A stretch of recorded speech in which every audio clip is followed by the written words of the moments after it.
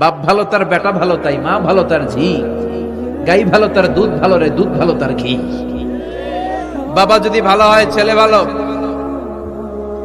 মা যদি ভালো হয় মেয়ে ভালো, গাই যদি ভালো হয় দুধ ভালো, দুধ ভালো তো ঘি ভালো। কথা বলেন, যেমন বাপ তেমন বেটা। বাবা হলেন খালিল, ছেলে হলো হাবিব। খালিল মানেও বন্ধু, হাবিব মানেও বন্ধু।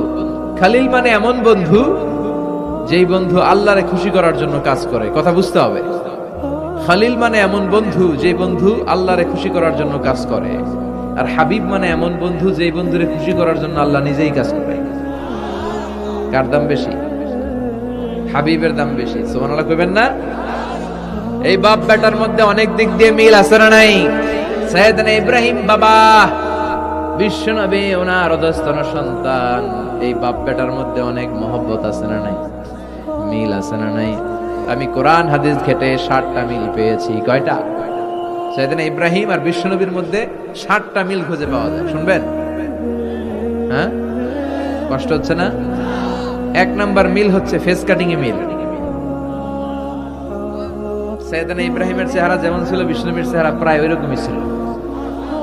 বিশ্বনবী যখন মেরাজ রজনীতে এক এক আকাশে এক এক নবীর সাথে দেখা করেছেন, দুনিয়ায় এসে সাহাবাদেরকে শোনাচ্ছিলেন এই নবী এমন, ওই নবী দেখতে এমন, এই নবীর চেহারা এমন। এরকম যখন বলছিলেন, সাইয়েদনা ইব্রাহিমের কথা যখন তিনি বলতে শুরু করলেন, উনি বললেন আম্মা ইব্রাহিম ফানজুরু ইলা সাহিবিকুম। আর সাইয়েদনা ইব্রাহিম দেখতে কেমন জানো? দেখতে চাইলে আমার দিকে তাকাও। তার মানে বিশ্বনবীর চেহারা যেমন ছিল সাইয়েদনা ইব্রাহিমের চেহারা অনেকটা তেমন ছিল। এই চেহারার দিক দিয়ে ফেস কাটিং এ বাপ বেটার মধ্যে মিল আছে না নাই? 2 নাম্বার, এই কোরআনের ভেতরে রব্বুল আলামিন বিশ্বনবীর ক্ষেত্রে উসওয়ায়ে হাসানা ব্যবহার করেছেন, আবার সাইয়েদনা ইব্রাহিমের ক্ষেত্রেও উসওয়ায়ে হাসানা ব্যবহার করেছেন। লাকাদ কানা লাকুম ফি রাসূলিল্লাহি উসওয়াতুন হাসানা। তোমাদের জন্য রাসূলের জীবনে উত্তম আদর্শ আছে না নাই? আল্লাহ রাসূলের ক্ষেত্রে আল্লাহ বললেন উসওয়ায়ে হাসানা, আবার সাইয়েদনা ইব্রাহিমের ক্ষেত্রেও বললেন উসওয়াতুন হাসানা ফি ইব্রাহিম। ইব্রাহিমের জীবনেও উসওয়ায়ে হাসানা আছে। উসওয়ায়ে হাসানা মানে নিদর্শন বা মডেল, আমাদের অনুকরণীয় ব্যক্তিত্ব। আমাদের অনুকরণীয় ব্যক্তিত্ব হচ্ছে নবীরা, কবিরা না।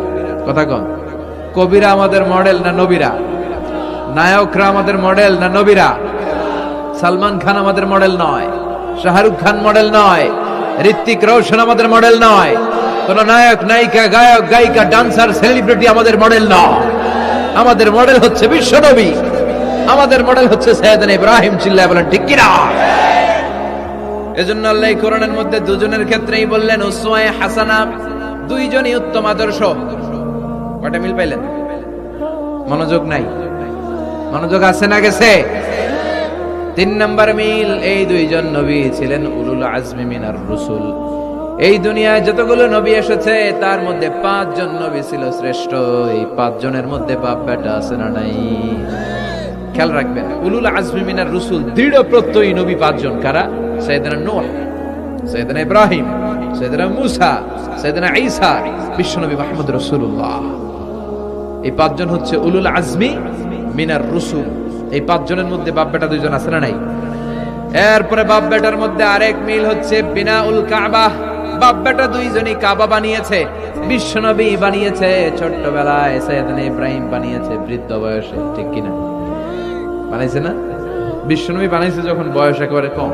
কোন বর্ণায় 8, কোন বর্ণায় 10 বছরের বাচ্চা, বড় না ছোট? কথা কম। এই ছোট্ট মুহাম্মদ সাল্লাল্লাহু আলাইহি ওয়াসাল্লাম তিনি পাথর কেটে কেটে, পাথর কাঁধে নিয়ে বহন করে করে কাবা ঘর নির্মাণ করেছে। ওনার সমবয়স্ক বন্ধুরা তারাও বিশ্বনবীর সাথে পাথর টেনেছে, কিন্তু সবগুলা টানছে লুঙ্গি খুললা। কেমনে? কথা কন। ছোট বাচ্চারা লুঙ্গি খুলে ফেলে না?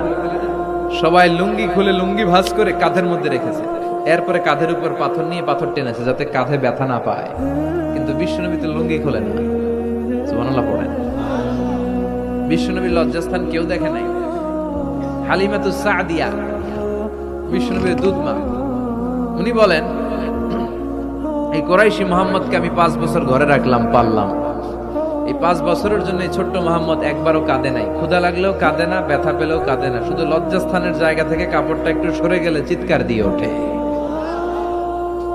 কি নবী ছিলেন, কি